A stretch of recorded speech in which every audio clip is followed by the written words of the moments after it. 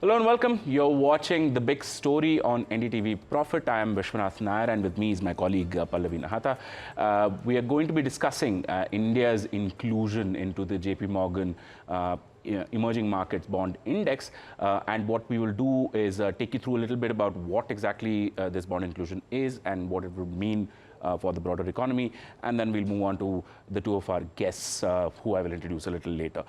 First, let's start with what exactly is happening here. So in September last year, we heard from JP Morgan where they said that they are going to be including the India government bonds into the emerging markets index, which tracks roughly about $300 billion worth of funds to that index.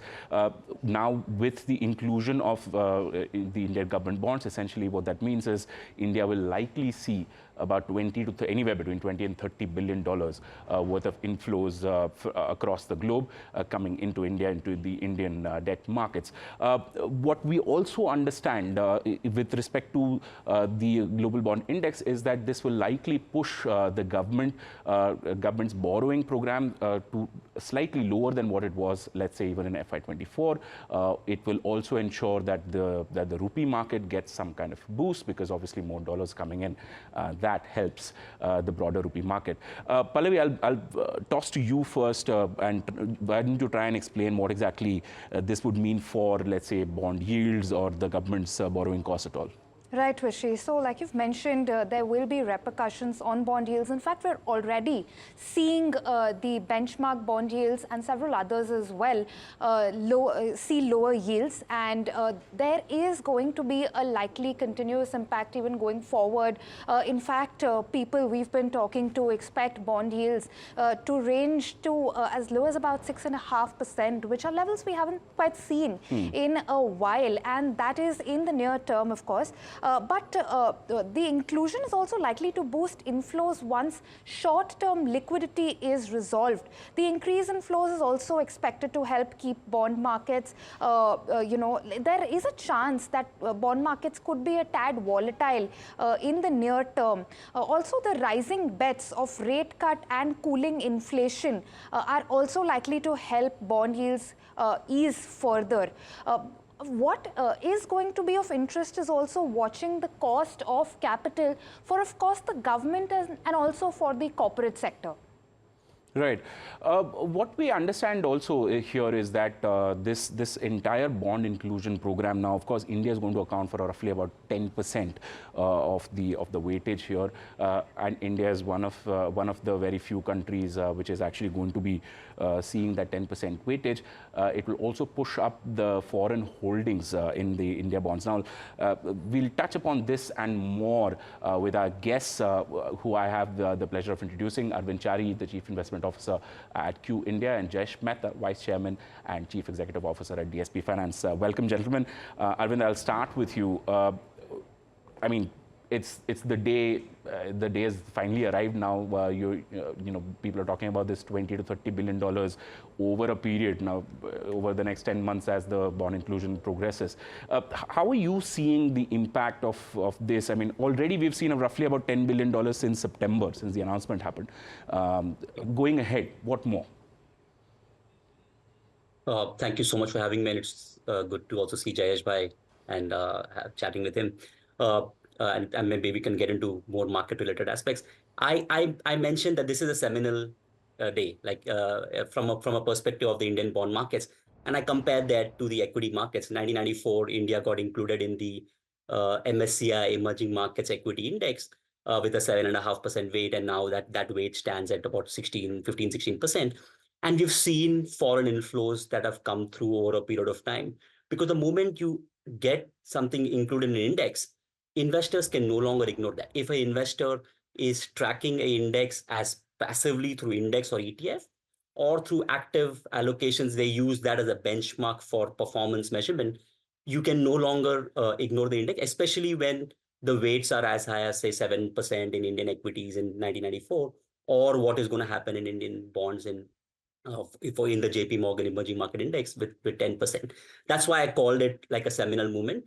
Investors can no longer ignore and be at zero. They can underweight, they can equal weight, they can overweight depending on their view. But investors who track that index or use that index can no longer ignore it. And that's why I called it like a seminal moment in terms of, what's going to happen. If you look at equity flows, over the last 20-30 years, we've seen about more than $200 billion of foreign equity flows into India, market values of about $700 billion. If you look at the bond market, in equities, foreigners now own about roughly about 20% of the Indian equity market. If you look at the bond market, it's almost entirely domestically owned, right? So foreigners own less than 2% of the Indian government bond market. And that is likely to change as more investors get dragged into, because of bond index inclusion and the general reforms and changes that India has done over the last 10-15 years to make the bond market a bit more accessible and attractive for foreign investors. You should see that increasing. So the foreign allocation will rise definitely from what it is, about less than 2% to about 4 or 5%. That would mean that much more flows come. In terms of what is likely, if you look at India is now part of only one index, which is JP Morgan Global Emerging Market Bond Index. There are other emerging market bond indices by Bloomberg, by FTSE, which also have a lot of AUM tracking it, either passively or actively. So once India gets included into that, then that has an increase. The bigger thing will be global bond indices. That if you look at the way the bond markets are, there is the developed market sovereign and corporate bonds market. Then there is an emerging market sovereign and corporate bond, but issued in hard currency. So Indonesia issuing a dollar bond, or Reliance Industries as a corporate, emerging market corporate issuing a dollar bond or a yen bond. And then investors come to what are called emerging markets local currency, which is all sovereign, like investors investing in Indian government bond in INR, or HDFC issuing a masala bond issue. These are all what are called local currency. So the pie of the money is larger in the global bond markets.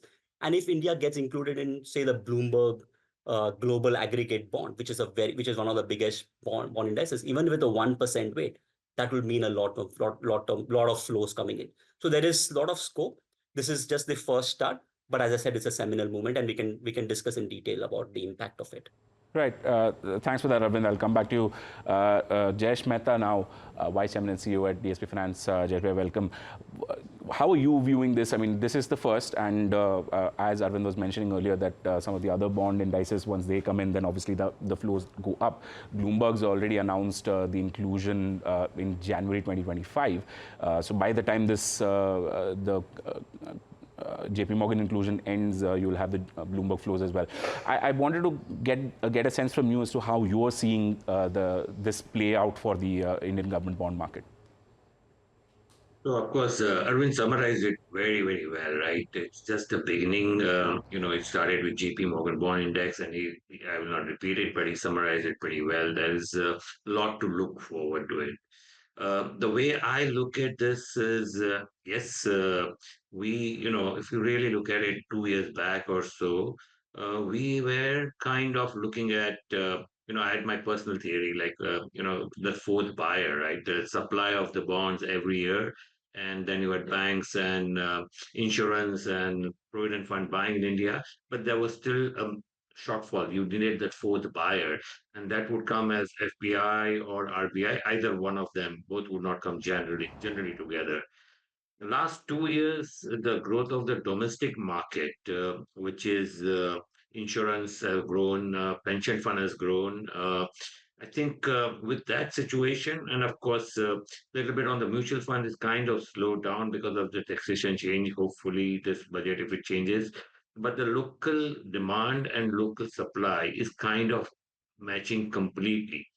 And on top of it, we have a new demand which is created. And it is just not, as Arvind said, not only the guys who track the index, but people who want to benchmark, because we got the second highest weightage in this index. So, from that perspective, of course, people who are tracking passively or actively the index, they need to do it. But others also feel very comfortable, because I do remember a long time back, one of the guys really, really liked Indian bonds, but he could not do much. He said, like, if I make money, nobody's gonna really reward me big time. But if I lose money, and they say, like, you are investing in a country whose bonds are not even part of the index, so why would I take that risk? So Now, people who are not really will following the index, they can also participate. They will feel comfortable. So I think from a immediate perspective, this year perspective, definitely it will help because you have a complete new supply which is added to match demand supply. At the same time, we also are expecting that this year, because of the spend not happening in the first quarter, the borrowing could get a little bit lower this year.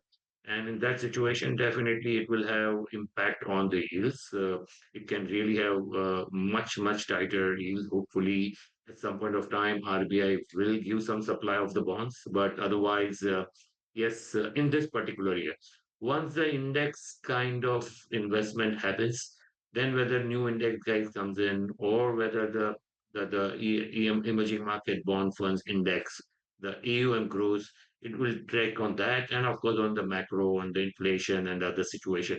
But in all that scenario, all we are saying is we got one more set of buyers, and which are also, long, solid buyers. These are like long only guys. A lot of them are long only guys. Like they would not be really bothered from, short-term volatility kind of situation, unlike the hedge funds, which would really get bothered by a short-term volatility.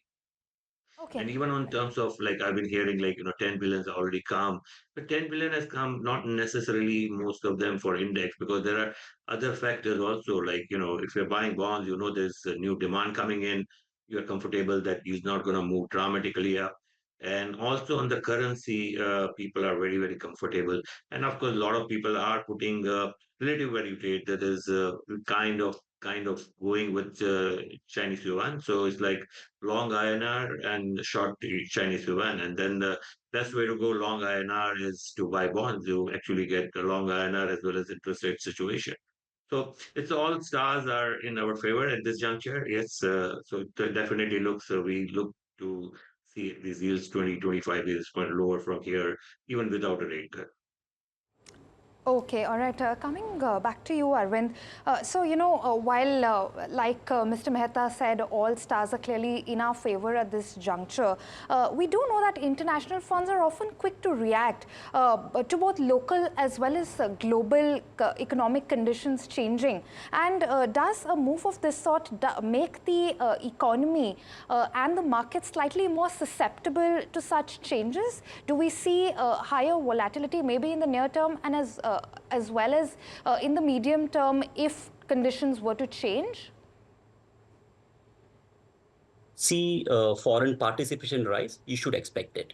Foreigners did not need the bond index to buy Indian government bonds. The RBI and the SEBI have increased limits for the last 10-15 years, and then they got this fully accessible route, which paved the way into the bond index. But the limits are open, the limits are available, they can invest in whenever they want. But because of the bond index, as I said, you can't ignore it, and it's part of the benchmark, so it's not a non-benchmark exposure. So generally, the tendency would be to have allocations. As these participation increases, you should expect more volatility, more global impacts impacting domestic bond market yields as compared to what it was, say, before, especially because of passive, right? So when money, large part of money comes through passive index, the fund manager is not taking a view on whether they want to buy India or sell India. If they get flows, they have to allocate and buy India. If they get outflows, they have to sell India and come out of it. And that will get determined by what happens by global investors allocating to emerging market bonds, as I explained, right? So that factor becomes a lot more when you have more passive related flows. Uh, Same thing will get reflected in the active managers. So as allocation goes up, you should expect volatility. But we've seen that in equities where, over a period of time, we knew that, especially about 3-4 years back, that when foreigners used to buy, equity markets used to go up, and foreigners used to sell, equity markets used to go down. Now with the domestic markets and, domestic investors, there is a sense of balance. In bonds, you already have that. You have domestic investors who are predominantly the large owners. Plus, you have the RBI, which comes in to stabilize, either to sell government bonds to take out liquidity, or to buy government bonds and give liquidity, and they can manage the volatility.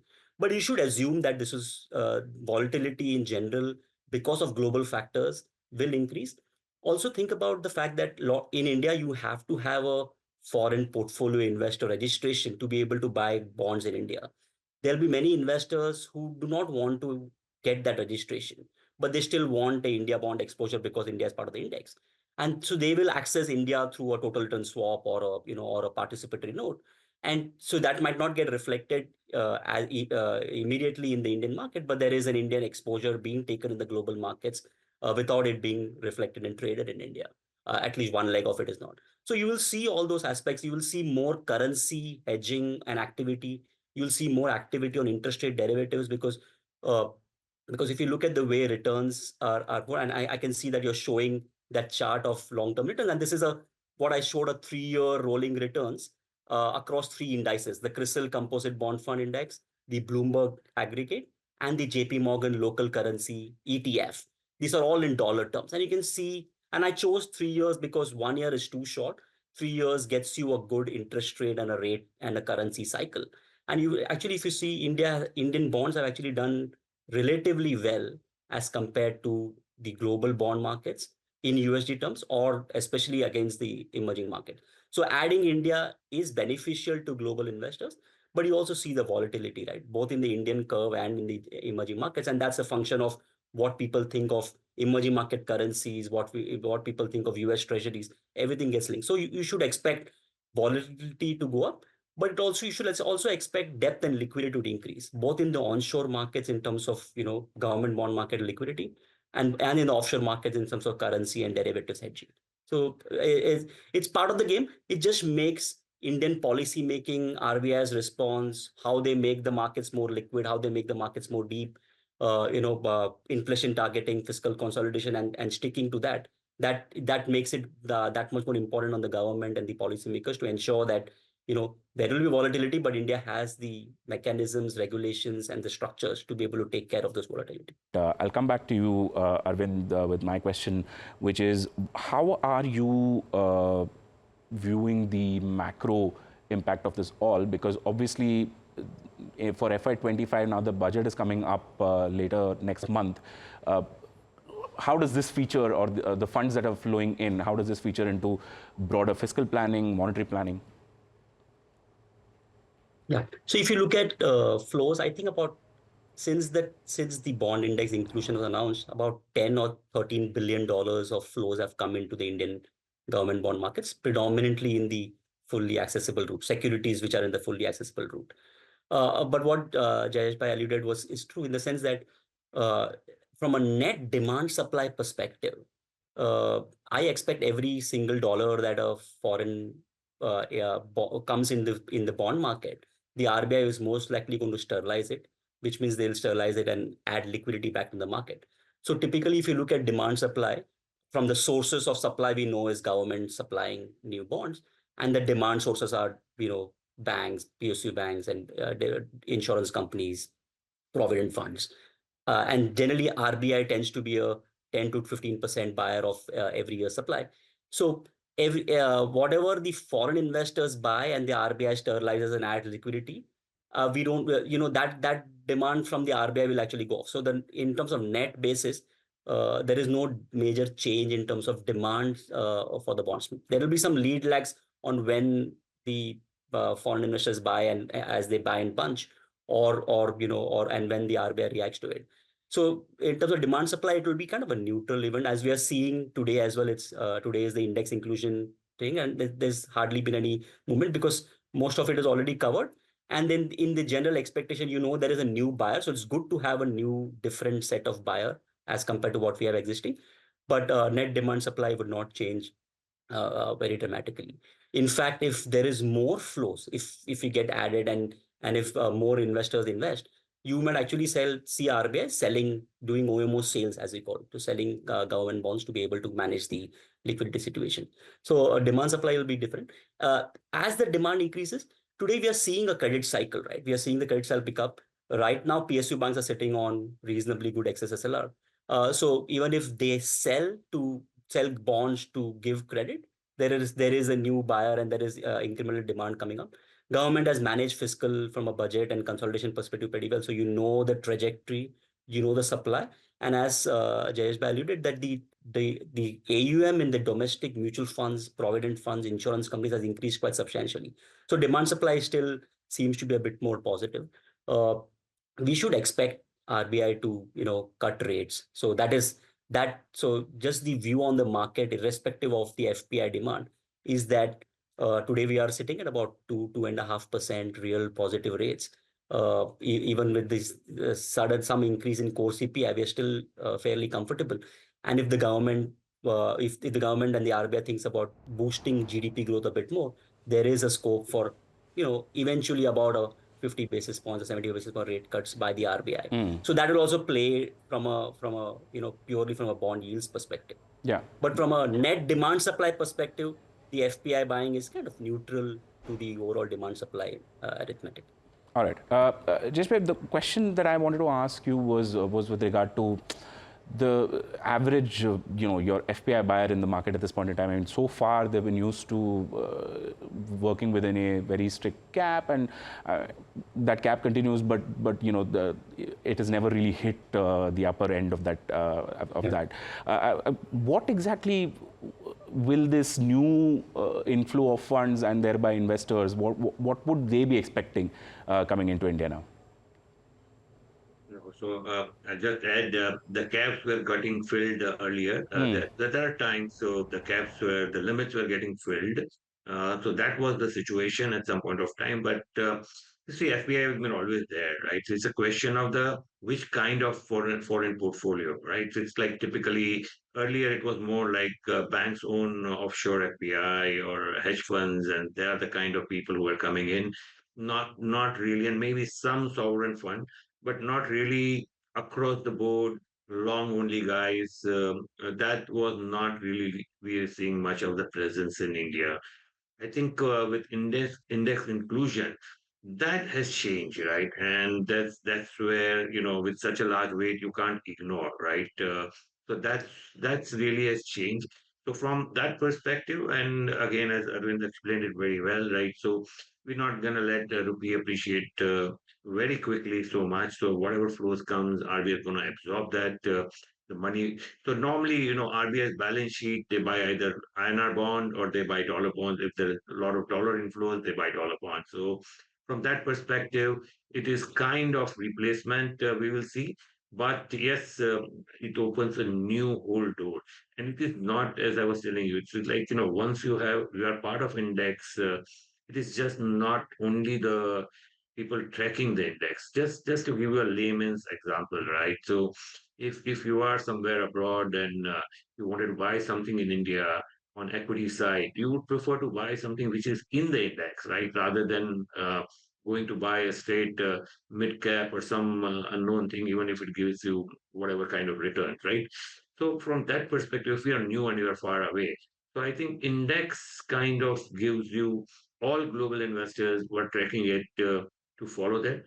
And also people who are not tracking that, they are also not going to, because, with this kind of weightage on the bond side per se, they may not ignore that. So yes, we will see even more flows apart from the index tracker. Of course, arbitrageurs and hedge funds will keep on coming and going depending on the opportunity. But that's okay. That's a part of normal situation. Yes, as we were talking earlier, that global volatility will impact. But you see, good time, bad time. The core index guys is good. So normally, we always used to pitch like, plus minus 2%. You will go on the weight when you're bearish or bullish. But it's not really only 4% delta. When there is bullish scenario, it's not only the index tracker. There are other foreigners who would actually invest in India, and that could actually go to 20-22%. And when the weightage could actually go up from, so it's not just 8 and 12 delta on the index with your 10% weightage. So that's where that can create some volatility. But I think at least the macros are great for us right now. I don't see that kind of happening for at least Yeah. next 4 or 5 years, right? So from that perspective, we need not worry at this juncture. All right. Sorry, gentlemen, but we're totally out of time on the show. But thank you so much, Arvind, Chari and Jayesh Mehta, for joining us on this conversation and taking us through the mind of how exactly this bond inclusion will help India, as well as the investors who are probably looking at India very excitedly. Thank you so much for watching the show. You're watching NDTV Profit. Keep tuned in. More news and updates will follow after this break.